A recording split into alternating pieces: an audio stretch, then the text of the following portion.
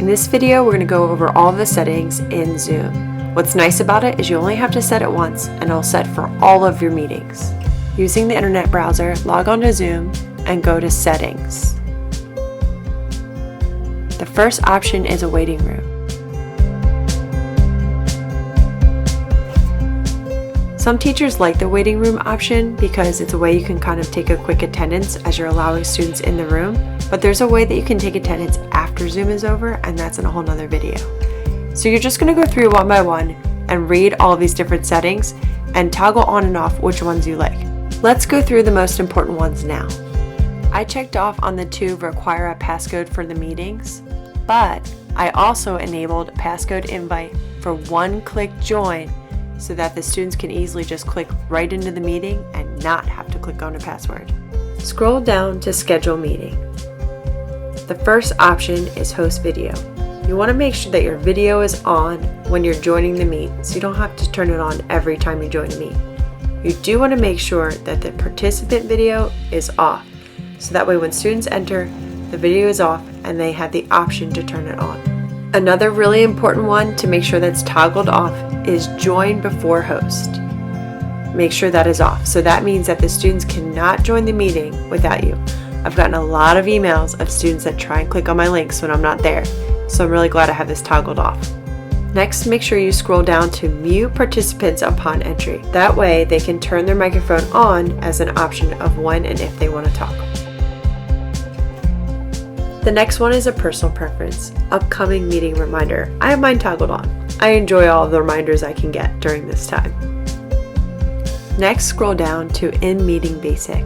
Some students are most comfortable with typing in the chat to ask you questions. You can have the chat toggled on, but make sure that private chat is turned off. I also made sure that the auto-saving of chats was turned on. Alright, the one directly below it, sound notification when someone joins or leaves. Make sure that one's turned off, or you're going to have a lot of ding-dongs and slamming doors throughout your meeting. If you'd like the students to be able to send you a file in the chat, go ahead and toggle that one on too. If you are co-teaching, you might want to click on co-host on, so that way they have the same controls as you. Polling, these are all personal preference ones. I like always show meeting control bar, wouldn't know what I would do without it. Also, show Zoom windows during screen share. This one's super important if you're someone that likes to do a lot of screen sharing. I know I do, so I use more than one screen share, so I have this toggled on. Directly under that is screen sharing. I have that toggled on. I'm only screen sharing right now, but you could click all participants for your class. I also have annotation and the first option saved under that too. You can have the whiteboard on. I don't really need it for my class, so I have it toggled off. But I know a lot of teachers use this feature, so this one might be a good one for you. Definitely want to make sure that the remote control setting is turned off, so that way that no one else has the controls of the content while you're sharing your screen. I have both the nonverbal feedback and the meeting reactions both turned on for students to be able to react and give me quick feedback.